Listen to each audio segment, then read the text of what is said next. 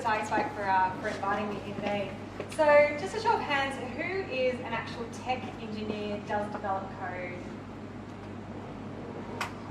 Kudos to you, amazing.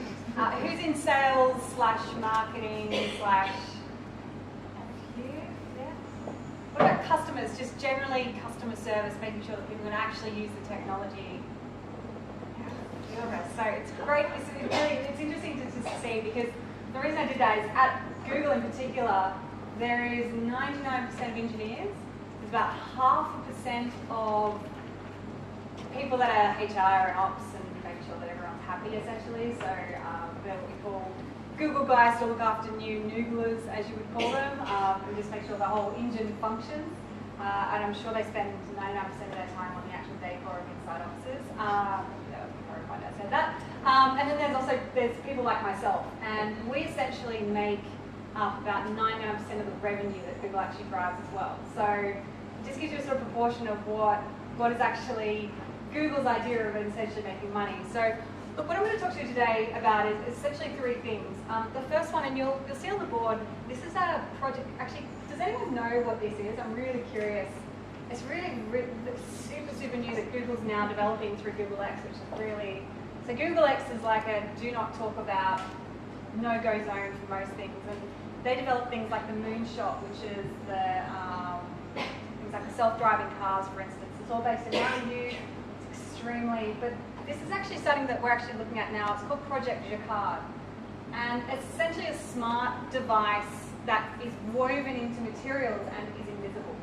Now, what people are trying to do with this, we don't know yet. What we are speaking to in my job is essentially talk to providers such as, so I look after retailers as a whole. Retailers need to shift into mobile. We're trying to get them there, but they're big shifts essentially, trying to move them. But with those people like IKEA, for instance, like with sudden infant death syndrome, like how do they weave this in to help out? You can imagine the potential with hospitals, for instance, and these type of areas. What we're doing is we're taking massive challenges and then trying to find solutions through them through technology. Of course, you're always going to get the Coca-Colas in this world who want to weave it into their latest, coolest Gen Y, hippie cans and everything else. Yes, we get those questions, they're not so cool. But round back out. So these are the types of things that I'm essentially, my job at Google is to try and evangelize this while also trying to get people to click more on ads as well. So I try and balance the two in particular. I'm going to actually start my journey on, well, I've come from startup land essentially. So has anyone done startup before? Or is it, are you in a startup right now situation? Yeah. Startups are, and again, hats off to you, are probably the hardest thing you can ever do in your entire world. And the reason for that is cash flow is always poor. You're always going to need more funding from someone if your revenue's tracking behind, or you need to do a database upgrade, or something else comes in. And there's always someone else who's trying to rip off your idea. So I've come from what we call the reading room. Now this number, 1745, was really where I started my journey, particularly in tech. This is the address of Random House Publishing. I started up, and was co-founder, and is now based over in New York. It's called thereadingroom.com. And essentially what it is a social network site for book readers. So we have a bookshelf, it's got a smart code behind it, we have a bunch of engineers, things like that. But why this address is really significant is this was my first meeting where the board actually said to me, and we had some pretty big ex-CEO of Microsoft on the board of STW Group who were backing this business. And I was a lone salesperson in a very male-dominated environment where essentially they saw me as some pretty thing that brought in the money. And it's like, guys, I've got a blank database of CRM. I have no phone numbers. The phone is not calling, and yet I'm making the money that's going to pay for your salary for us to build cool things, essentially. So give me a break. However, I remember my flight was delayed. I was flying on Delta Economy. It was horrible because we had no money. These guys didn't care. We had 100,000 members, and in New York, like not 100,000 members. And Delta managed to lose my luggage, and I had a 9 a.m. flight. I was still in my plain clothes. I had zero shower. I was staying at some really bad B&B that I'm sure, like I got bites all over my feet, which is horrible, horrible. And then someone said, oh, the shops don't open until 9:30, and I was meeting with the VP of Random House which the board was waiting back in Australia for a phone call soon after to find out what happened at that meeting. So I remember showing up to this building thinking, and you can actually see the image, and there were some first editions in there, so first edition books, like these, they're a serious deal. And this building goes up 50 odd, 60 odd stories. And I remember walking in, and I managed to coax some person. I was actually knocking on the door of a glass screen, Banana Republic. And I walked in, this lady looked at me like I was crazy, which I clearly was, because I had no flight, and I was on economy, and I just it was just all not happening, and yet I had this massive meeting to do. I remember. So she ended up putting me in some horrible suit that was clearly plastic. It was like $50. It was disastrous. And I said, I need some shoes. She's like, here's some shoes, and she had a mismatching belt. It was just horrible. So I was like, right. So I showed up to there, and I walk into this meeting, and the security looked at me and, can I help you? Didn't quite get my name correct. I let that one go. He brought me into this room, and I remember going up umpteenth amount of lifts with this someone's PA of someone's PA. Everyone has PAs and PAs. Went up this lift, and as we're walking through this long corridor, I'm thinking, what am I doing here? I was, who was I? I was, Caroline from Sydney, who had 100,000 members, trying to get up into this lift. I remember going across, that really squishy carpet that you can get when you're walking on hallways, and your feet sort of sink in, and you're thinking, this is great, not. And I remember they're pushing open the door, and these two massive mahogany, two-story high doors, and I opened out to Central Park, and it had the beautiful, gorgeous view, this board table, and I had 10 people, including the VP of Random House. And I sort of walked down there, and when you're a little bit jet lagged, you still feel like you're on a flight, you're sort of swaying a little bit, sweating, and this is great. And the first thing he said to me was, Carolyn, is it? I said, no, Caroline. He went like this. Why are you here to waste my time? You are badgering my staff. I'm here to tell you to stop doing that. That was his opening statement. And I, after all this, after being at Banana Republic and people looking at me strangely, after battling with horrible Delta Airlines and having the board that was literally pushing me and having no support, and it all just came too much. And I just said to him, I've flown all the way from Australia to come and see you, so you're going to listen to me for 10 seconds, that's all I ask you. And he was like, he was already talking to someone else over here. I was like, my little opening speech didn't go so well. But there was actually one lady, and she sort of looked at me really slyly, and so I started opening up, and I just said to him, if you continue doing what you do, you will be dead within 5 years, and I can guarantee you that right now, and that is why I'm here to help you. He openly laughed at me, openly laughed, which is fine. But there was one lady at the back, and the guy clearly was like, is that all you had to say? And I was like, yes, I'm the reading room. I will continue to talk to your staff members. Thanks very much for your time. I went to pick me up, and one lady at the back, she said to me, she went, tell me what you're going to do to solve my problem then. And I said, what problem is that? She said, well, you just said you've had a lot of problems. And I just said, you're not digital. You're not thinking technology. You've got an old hat, and clearly this boardroom that you've polished so well says that. I was like, because you cannot continue to exist the way you're going right now. I have a solution technology for you to be able to do that. That was it. The guy was like, right, your time's up, out. And then someone's PA from PA decided to walk me out the door, which was fine. I remember getting in the lift, and this one lady, who I found out later, was actually the Vice Chancellor of Random House over in Europe. She took the lift down, we went over to literally a Starbucks, and she said, I want to hear more. I spent 2.5 hours with her over coffee, talking about what we did, what we were about, and things like that. So I think from that I realised that actually it's not the guy at the end of the room who's got all the money and in the suit, and it's not about the existence of what they are, it's about the story that you have to tell. And so never let anyone, no matter how little members you have, whether you have 100, whether you have 1 million, or whether you have like Google billions of things, the problems that we're trying to solve, particularly us as women in this environment, is all exactly identical. So, how does this actually relate to Google? And this is where I wanted to go down into the 4 main key things we're seeing at Google right now, is that the moments that people actually, I'm hoping this is relevant to your businesses as well, is that we're seeing that mobile phones are being accessed 150 times a day on average. Now those 150 times are actually becoming not longer but shorter. So So people want solutions. They want solutions fast and in a shorter period of time. You've probably seen some. I used to work on the government sector, and we actually had to put an ad out there about people not being distracted on their phones. The amount of people getting hit by cars, literally, for being on their phone because the solutions are becoming smaller. So we're seeing that what we're calling those is micro moments. Now, those micro moments is what businesses are now capitalising on.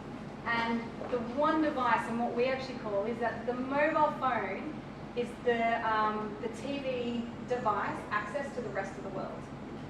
So it was really interesting when I heard that, for instance, and those moments can be broken down into 4 key areas. So I want to know moments. I want to know moments, and this is the key narrative we give all our clients. I want to know moments is I'm just curious. I want to know what the new video trailer is doing. I want to know what the latest fashion is. I want to know about Project Card.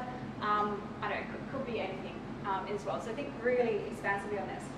I want to go moments. I want to go and find a specific location to access something that I need.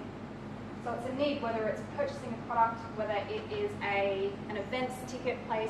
I want to go. So you're physically in the moment, and you want to be mobilized, and you want to go now. I want to do moments. So I want to do is things such as I want to fix my car. So DIY is huge. Again, on YouTube, I don't understand. I sell YouTube all day, and I see these trends, but unboxing. Has anyone heard of unboxing? Yeah. Get it. But it's a thing, right? I can tell you lots about YouTube contest stars. They're also very strange people, but you know what? People are watching them endless. Anyone know PewDiePie? Yeah. Yeah. Like that guy is worth $30 million. Yeah, it's insane. It's a phenomenal amount of money. He was actually rated as one of the top youth influencers in Variety magazine, more so than any of his peers. Now, trying to tell that to someone at the new CEO of David Jones, who I met the other day, and he actually asked me, he goes, "Oh, this tubey thingy." Okay, so again, it comes back to Mr. Brandon House and his squishy carpet, which is fine. But these are the type of things I'm trying to get across. So I want to do moments. I want to buy moments, so physically more the pointy end. This is where Google makes obviously most of the money, and is where my job is to make sure that I'm accessing everyone across that larger funnel and then driving them down to the vert. And the one advice I have for anyone who's looking at mobile technology or development is if you cannot do it in 2 clicks, you will lose your customer. In fact, I can guarantee you will. So things like click and collect is what we'll see a huge trend in. So people are accessing the information on their mobile phone, and then they want to do it. They want to make it as frictionless as possible. And again, if there's one thing you take away from tonight, is that obviously mobile is key, but making any user path or journey that you have for your business as frictionless as possible for your actual clients, the more success you're going to have, the more money you're going to make. So if you find that you're literally clicking 5 or 6 times and have a look at any website or any development or any email that you access, beyond 2 clicks, stop there. And it is possible. And if it's not, I tell you what, if anyone who wants to do a startup and has a technology that does that in 2 clicks, you're a made person. Go on, hammer up the results. So that's I want to buy moments. So what we're actually, I wanted to just go through, and this is not my framework, so I take absolutely 100% no credit for this. Everyone clearly knows TED Talk here. I guess, yeah, a long TED Talk. I sit on it all day.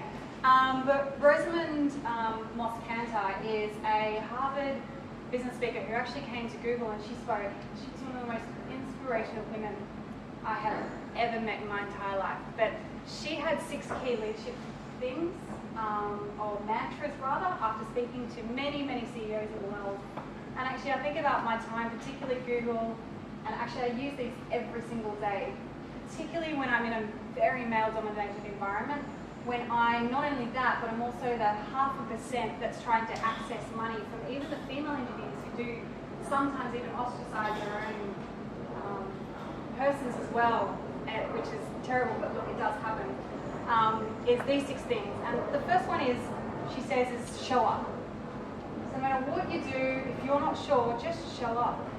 Request a meeting, have a network, have a coffee with someone you would normally do. But showing up shows how much interest you actually have in something. I know it sounds really simple. I mean, the fact that you've shown up tonight, hopefully you take away just the one or two things. Maybe you form a friendship with someone you didn't necessarily know before. So show up. The second one is speak up. So again, in an environment, and we find that a lot, and I actually laugh at my male counterparts sometimes as well, is they talk a lot until they come across something that's of relevance, until they see someone else going, and they go, yeah, I said that the first time. No, you said all this before that, and you've got this part here. And you often wonder about your other counterparts, and you think, why aren't you speaking up? And I actually asked this girl once, and Rosamund said this as well, was that we asked her, why are you talking up more? And they're like, well, I don't really have anything relevant to say. And that is a fundamental difference between, I think, someone who really has, or is maybe not quite as confident, as opposed to someone who is. So to speak up, no matter how stupid you think your idea is, and maybe with my foot and mouth disease from Mr. Random House, like, clearly that sparked an anger, but it was the lady in the corner, the chancellor.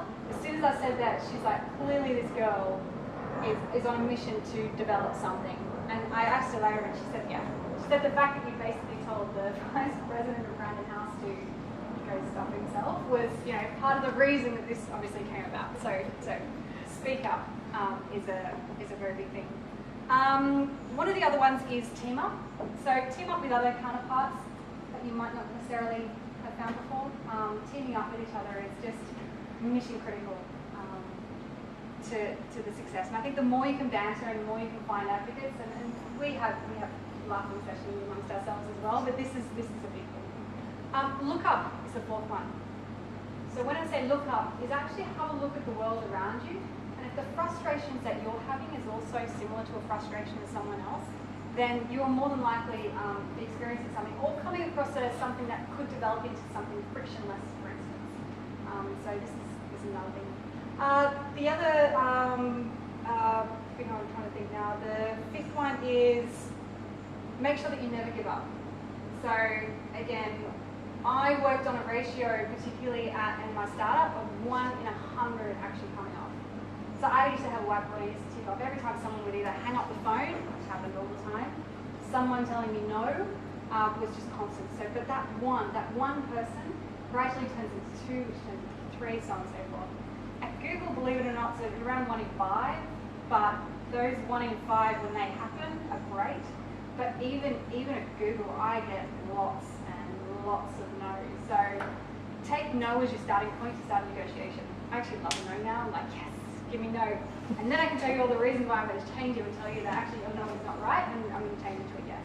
And that's so much better when it actually becomes a yes as well. And I think the last one is just make sure you live it up. So make sure that you're constantly always bringing in other people into your world. So actually lifting those around you to grow with you. So if you see someone that, in a meeting, for instance, who's not quite as vocal, or you point them out and say, oh, you had a great point there in the meeting last time. What do you think? So really start lifting others up around you. So look, that's the end of my my hopefully inspirational talk and what we're seeing a little bit at Google at the moment. But look, I'm around later, or I can take questions now. Does anyone have any questions that they want to ask? Yes. What's been, besides the gentleman in the harmony room, what's been a few other dealings with misogyny you've had to experience in your tech leadership career? So, many. Daily, which is totally fine. I think one of the big things I've had was, so when I came from I used to be at Fairfax Radio, so Southern Cross Broadcasting, and very male-dominated environment, and I had 2 gentlemen who were the senior directors of the team at the time, and they held the keys to all budgets, and essentially I had to influence them to agree on a project. So my job was essentially to, when they purchased a new business, I would have a look at the tech, I'd have a look at the business model and the plan, I would pull it apart, and then I'd put it into the Fairfax infrastructure to try and build that. That was actually one of the beginnings of Pandora, believe it or not, so, which was really interesting. But it was the way I actually got around that. Instead of fighting them head on, you generally get a sense of when to fight and when not to. again, pick your battles. Because you don't want to be that person that's like, oh, shit, that's true. But what I actually did is I actually got another male who's a friend and network, my counterpart, and I told him my idea. I said, can you go and tell Greg and Rick this in this way, present it, and he did. And then at the end he said, this is not mine, it's Caroline's. And they were naturally pissed off, of course. But what that actually did was just showed them what they're doing. Actually, ever since then, we never had a problem with them after that. But it was that way of influencing. I mean, given my time again, now would I do that? Probably would be very risky and very dangerous, not to sort of show senior leadership up like that.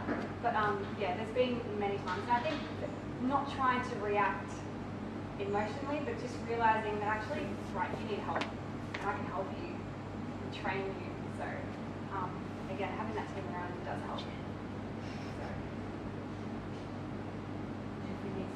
Okay. Yeah, absolutely. Getting better. I don't know whether it's me personally, whether I've grown. It could be it as well, where people say things all the time, and it's nothing I haven't heard before. It could be, but actually, no. I truly believe that digital technology and adoption was a thing, and we all knew that people were watching TV less. What's happened now is that the fundamental fragmentation of media, how it's purchased, the communications message, the fact that the mobile phone is now far surpassing any other device that we're on. I think since that tipping scale has come across, that it can't be ignored anymore. And even though I blatantly show a chart, literally a bar graph or a line graph or however which way you want it, and it still gets ignored, and then you just watch. So Dick Smith was one of my clients. And I worked with them for a long time, and I said, look, it's madness. They literally cut all, and I'm not saying anything that's not in the media or has been disclosed. They upweighted TV by 400%, and they cut all digital. They turned off all their mobile devices. It's pretty telling now that they're a purely online store that's being purchased by someone. Yeah, it is getting better. Question Would you go back on a startup then? Yes, any day. Why? Oh, the freedom of making your own choice, of literally having that, I think, control over your own destiny. The reason I wouldn't go back into it and why I did turn to Google was purely for cash flow. And also, I did make the choice between getting married and moving to New York. It was told my now husband on the flight that the reason we were going over to New York was to show him my apartment that I'd set up, the job, the office, the staff members. He didn't know that until we got on the flight. And I told him, and that was, he speak to me for about 48 hours. And I said, look, marry me or I'm moving to New York. He went, oh, great. So, he proposed 48 hours later, and I was like, good. Absolutely. But no, startup is, I think, an incredibly powerful pillar. And if you can have it just for experience, and even if it fails, again, just going back into it is incredible. So kudos to the startup owners. The only thing is Saturday and Sunday doesn't exist, which sucks. So but I actually get holidays now, which is nice. Do you have another question? Oh, thanks. Actually, it was similar to what you just answered. So Going back to startup. yeah. Or actually, why you could start up to industry. Yeah. I think the three things that make a successful startup, and I'm actually sitting on a few advisory boards around government for this, have more than two revenue models. So yes, you can rely on advertising for a revenue model. Most people say I can do a sponsorship package, or I can sell display advertising, or I can sell some sort of ticketing system. Usually you have a revenue model, but if you can have a secondary one, whether it's automated or in some way, shape or form on a download model, that will hold you in huge stead. Make sure it can't be replicated. Again, it's harder. No, as much as you IP it and you have a